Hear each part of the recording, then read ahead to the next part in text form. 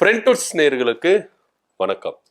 ஒன்றிய அரசு வருடா வருடம் என்ன பண்ணுவாங்கன்னா, ஒவ்வொரு மாநிலத்துக்கும் பேரிடர் நிதியை என்ன பண்ணுவாங்க, ரிலீஸ் பண்ணுவாங்க. இதுல இந்த வருடம் முதல் கட்டமா 1950 கோடி என்ன பண்ணியிருக்காங்க, ஒன்றிய பாஜக அரசு ஃபண்ட் ரிலீஸ் பண்ணியிருக்கிறாங்க.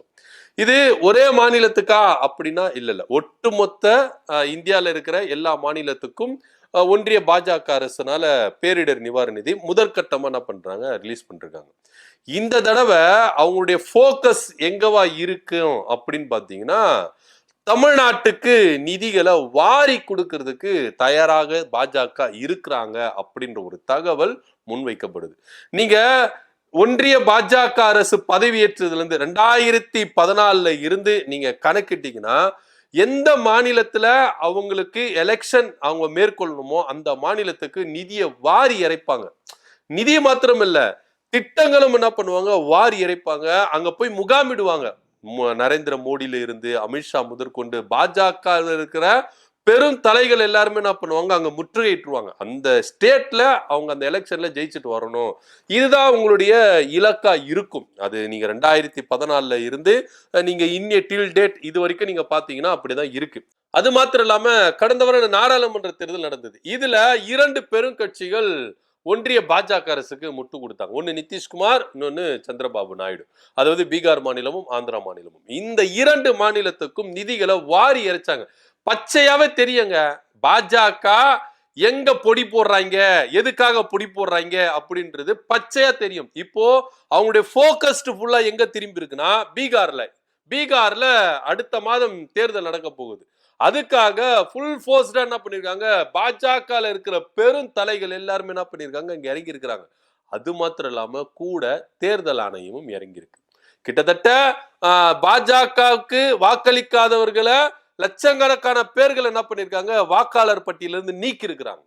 இது எல்லாமே பாஜகவுக்கு ஆதரவா இருக்கும் அப்படின்னு. ஏன்னா இப்போ மக்கள் தெளிவா இருக்கிறாங்க, யாருக்கு வாக்களிக்கணும், பீகார்ல யாரை கொண்டு வரணும் அப்படின்னு சொல்லிட்டு நீங்க என்ன வேணா தில்லுமுள்ளு பண்ணலாம். ஆனா மக்கள் நினைக்கணும்ல, மக்கள் நினைக்கிறது தான் இங்க நிலைக்கும்.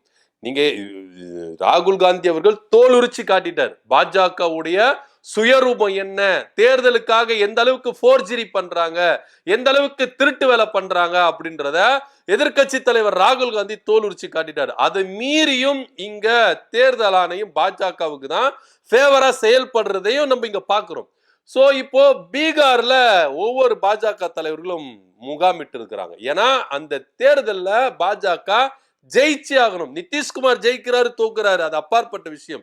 பாஜக ஜெயிச்சு ஆகணும். பாஜக ஜெயிச்சு அங்க தேர்தல்ல வின் பண்ணி நிதிஷ்குமாரை கண்ட்ரோல்ல கொண்டு வந்துட்டாங்கன்னா ஒன்றியத்துல அவங்களுக்கு ஆபத்து கிடையாது. ஒருவேளை பாஜகவும் அங்க பீகார்ல தோத்து நிதிஷ்குமாரை கண்ட்ரோல்ல கொண்டு வர முடியலன்னா ஒன்றிய பாஜக அரசுக்கு கொஞ்சம் ஆபத்து இருக்குது அப்படின்றத மோடி முதற்கொண்டு அமித்ஷா முதற்கொண்டு எல்லா பாஜக தலைவர்களும் நினைச்சிட்டாங்க. உண்மை அதுதான்.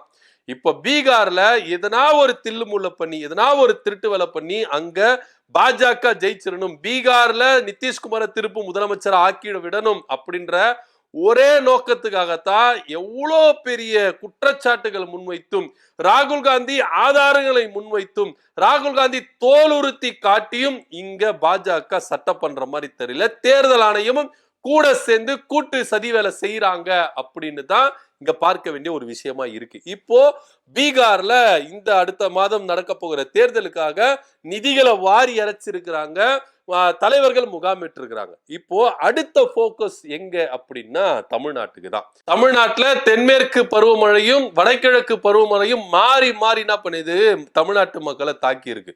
இதுல பேரிடர் நிதியா கடந்த வருடம் இல்ல, அதுக்கு முந்தான வருடம் எந்த வருடமும் நிதி ஒதுக்காம இருந்தாங்க. பாராபட்சம் காட்டியிருந்தாங்க. கொஞ்சமா கேட்ட நிதி எவ்வளோ, இவங்க கொடுத்த நிதி இவ்வளோ அப்படின்ற மாதிரி தான்.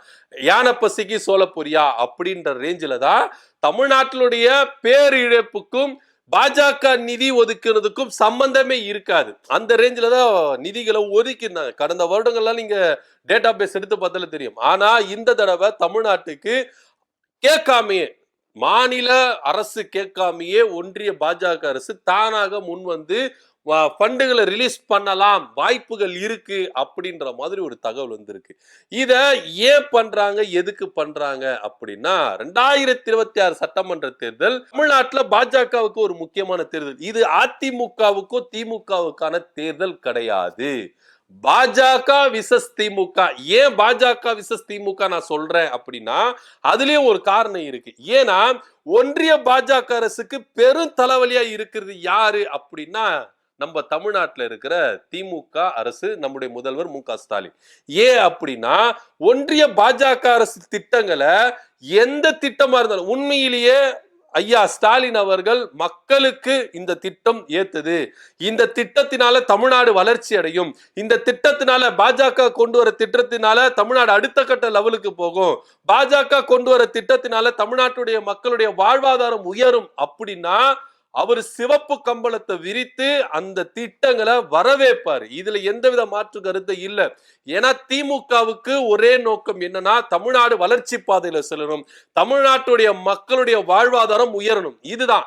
இந்த திட்டங்களை நோக்கிதான் இங்க இருக்கிற திமுக அரசு ஒவ்வொரு திட்டங்களை வகுத்துட்டு வராங்க. மக்கள் அடிமட்டத்திலேயே இருக்கக்கூடாது, அவங்க மேலோச்சி வரணும், தமிழ்நாடு அடுத்த கட்ட லெவலுக்கு போகணும், எல்லா மாநிலத்துக்கும் முன்னுதாரணமா தமிழ்நாட்டு விளங்கணும். இது இந்திய அரசுக்கு மட்டும் இல்ல, உலக நாடுகம் எங்கும் தமிழ்நாடு ஒரு சிறப்பான ஒரு பங்கு இருக்கணும், உலக நாட்டுக்கே தமிழ்நாடு ஒரு முன்னோட்டமா இருக்கணும் அப்படின்னு தான் ஒவ்வொரு திட்டங்களையும் திராவிட மாடல் அரசு ஐயா ஸ்டாலின் அவர்கள் கொண்டு வராரு. ஆனா இங்க தமிழ்நாட்டை டம்மி ஆக்கணும், தமிழ்நாட்டு வளர்ச்சி பாதையில போடக்கூடாது, தமிழ்நாடு வறண்ட நிலமா மாறணும், தமிழ்நாட்டில் இருக்கிற மக்கள் படிப்பறிவை பெற்றிருக்கூடாது, வளர்ச்சி அடையக்கூடாது, அவங்க தமிழ்நாட்டை விட்டு மற்ற மாநிலங்களுக்கு கூட போய் வேலை செய்யக்கூடாது அப்படின்ற ரேஞ்சில தான் நசுக்கிற விதமாக ஒன்றிய பாஜக அரசு ஒவ்வொரு திட்டங்களையும் கொண்டு வராங்க. சோ இப்படிப்பட்ட திட்டங்களை கொண்டு வரும்போது அது முழுமுச்சா முதலா எதிர்த்து நிக்கிறவர் யாருன்னா நம்முடைய முதலமைச்சர் மு க ஸ்டாலின் அவர்கள் தான். இந்த இடத்துல நீங்க நல்லா யோசிச்சு பாருங்க. இப்போ அதிமுக ஆட்சி, அதாவது எடப்பாடி பழனிசாமி ஆட்சி புரிந்திருந்தார்னா தமிழ்நாடு எந்த அளவுக்கு சீரழிஞ்சு போயிருக்கும், என்னென்ன திட்டங்கள் தமிழ்நாட்டில் கொண்டு வந்து நம்முடைய பள்ளி மாணவர்களோ நம்முடைய குழந்தைகளோ எந்த அளவுக்கு சீரழிஞ்சு போயிருப்பாங்க அப்படின்றத எல்லாரும் நல்லா யோசிச்சு பார்க்கணும். தொகுதி மறுவரை அதை கொண்டு வரதுக்கு பார்த்தாங்க. ஆனா அதுலயும் நம்முடைய முதலமைச்சர் மற்ற முதலமைச்சர்கள் எல்லாம் கூட்டி ஒன்று திரட்டி அதை எதிர்த்து போராடினாரு. இப்ப அந்த மேட்டரை பத்தி பேசவே இல்லை. அடுத்தபடியா கல்விக்கு நிதி கொடுக்கவே இல்லை. கேட்டா நாங்க கொண்டு வந்த திட்டத்தை PM-ஸ்ரீ திட்டத்தை ஏத்துக்கங்க, அப்படி இருந்தாதான் உங்களுக்கு கொண்டு வர முடியும். அந்த திட்டம் நம்முடைய பள்ளி கல்வி மாணவர்களுக்கு அது ஏத்தபலா இருந்தா நிச்சயமா அதை ஏத்துக்கிட்டு இருப்பாங்க. ஆனா இது நசுக்கிற விதமா தான் இருக்கு. யாருமே ஸ்கூலுக்கு போக முடியாது. 3ஆம் வகுப்புல ஒரு எக்ஸாம், 5ஆம் வகுப்புல ஒரு எக்ஸாம், 8ஆம் வகுப்புல ஒரு எக்ஸாம். இதுலயே பள்ளி மாணவர்கள் என்ன பண்ண ஃபில்டர் கட்டி என்ன பண்றாங்க, படிக்க கூடாது, உங்க அப்பா தொழிலை நீங்க பண்ணுங்க அப்படின்னு சொல்லிட்டு பாஜக கொண்டு வர திட்டத்தை எப்படி இப்போ சிம்பிளுங்க.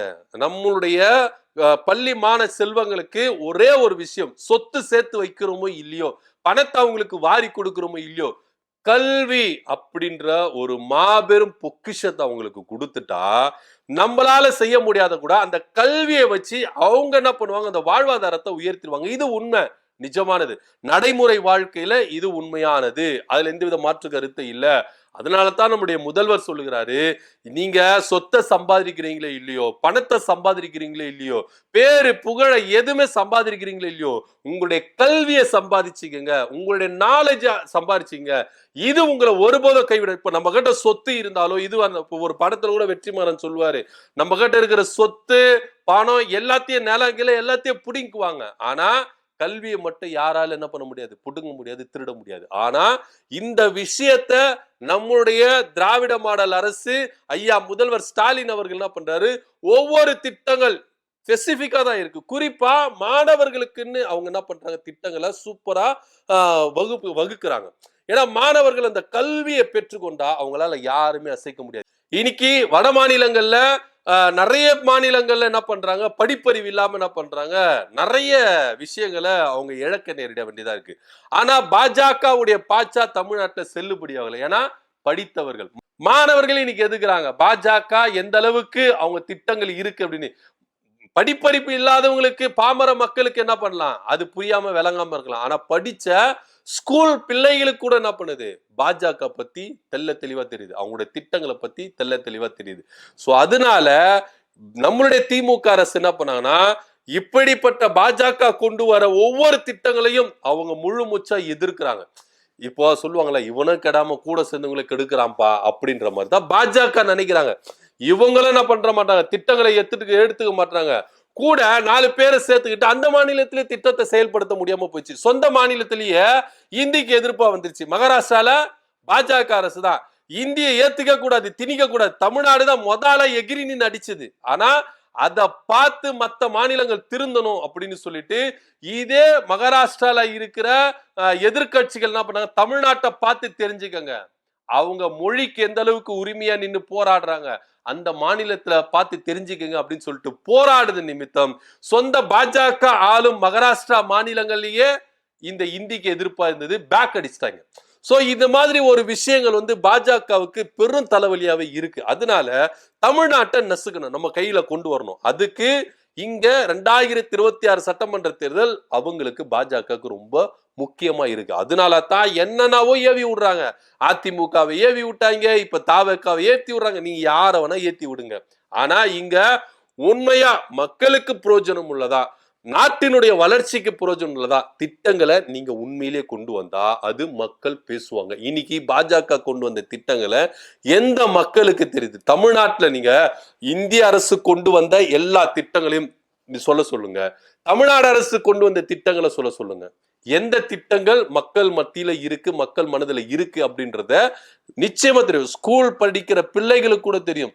ஒன்றிய பாஜக அரசு கொண்டு வந்த திட்டங்கள், தமிழ்நாடு அரசு கொண்டு வந்த திட்டங்கள், எந்த திட்டம் சிறந்த திட்டம் அப்படின்னு. ஏன்னா மக்கள் மத்தியில, பிள்ளைகள் மத்தியில போய் பதிகிற அளவுக்கு திட்டங்கள், பெயர்களும் இருக்கு, திட்டங்களும் இருக்கு. ஆனா ஒன்றிய பாஜக அரசு ஒரு அந்த திட்டத்து பேர் கூட வாயில வர மாட்டேங்குது. அந்த மாதிரி ஒரு திட்டத்தை வச்சு அந்த திட்டத்துல பிரயோஜனமே இல்லாத திட்டம், எல்லா விதமும் திட்டம். அது வந்து எப்படி சொல்றது, எந்த ஒரு பிரயோஜனம் இல்லாத ஒரு திட்டத்தை இதுல வந்து ஏமாத்து வேலை. நாங்க 60% போடுறோம், நீங்க 40% போடுறோம், இந்த திட்டத்தை செயல்படுத்தலாம் அப்படின்னு சொல்லிட்டு கொலேஜ் பண்ணி என்ன பண்ணுவாங்க, கொண்டு வருவாங்க. அதுக்கப்புறம் ஒன்றிய பாஜக அரசு கைவிட்டுடும். சோ இந்த மாதிரி திட்டங்கள்லாம் நிறையவே இருக்கு. சோ அப்படி பார்க்கும்போது ஏகப்பட்ட திட்டங்கள் இருக்கு. இப்ப 2026 சட்டமன்ற தேர்தல் நெருங்குறதுனால பாஜக இங்க கால் பதிக்கணும் அப்படின்னா ஃபுல் போக்கஸ்டா இப்ப தமிழ்நாட்டை போக்கஸ் பண்ணி வச்சிருக்காங்க. அதனால இங்க ஒரு பேரிடர் நேர்ந்தாலும் முதல்ல என்ன பண்ணுவாங்க, ஃபண்ட் ரிலீஸ் பண்ணுவாங்க. அது மாத்திரம் இல்லாம தமிழ்நாட்டுக்கு ஃபேவரா எல்லா காரியங்களையும் செய்வாங்க அப்படின்னு ஒன்றிய பாஜக அரசுல இருந்து தகவல்கள் வந்துட்டு இருக்கு. உண்மையிலே நிறைய பேர் என்ன சொல்றாங்கன்னா, இந்த தடவை தமிழ்நாட்டுக்கு நிதியை கேட்காமையே கொடுப்பாங்க ஒன்றிய பாஜக அரசு. அது மாத்திரம் இல்லாம திட்டங்களை வாரி இறைப்பாங்க. ஏன்னா இங்க பாஜக கால் ஊன்ற முயற்சிக்குது. அதுக்காக இந்த எக்ஸ்ட்ரீம் லெவலுக்கு போவாங்க அப்படின்னு சொல்றாங்க. என்ன நடக்குது அப்படின்ற பொறுத்திருந்து பார்க்கலாம். ஒன்றிய உள்துறை அமைச்சர் அமித்ஷா அவர்கள் 1950 கோடி முதற்கட்டமா பேரிடர் நிதியை ஒதுக்கி இருக்கிறாரு. இந்த நிதியிலிருந்து பெரும்பாலான நிதி தமிழ்நாட்டுக்கும் வரும் அப்படின்ற ஒரு கணிப்பும் இங்க இருக்குது. இதை பத்தியோட கருத்து என்ன அப்படின்னு கீழே கமெண்ட் பண்ணுங்க. நன்றி, வணக்கம்.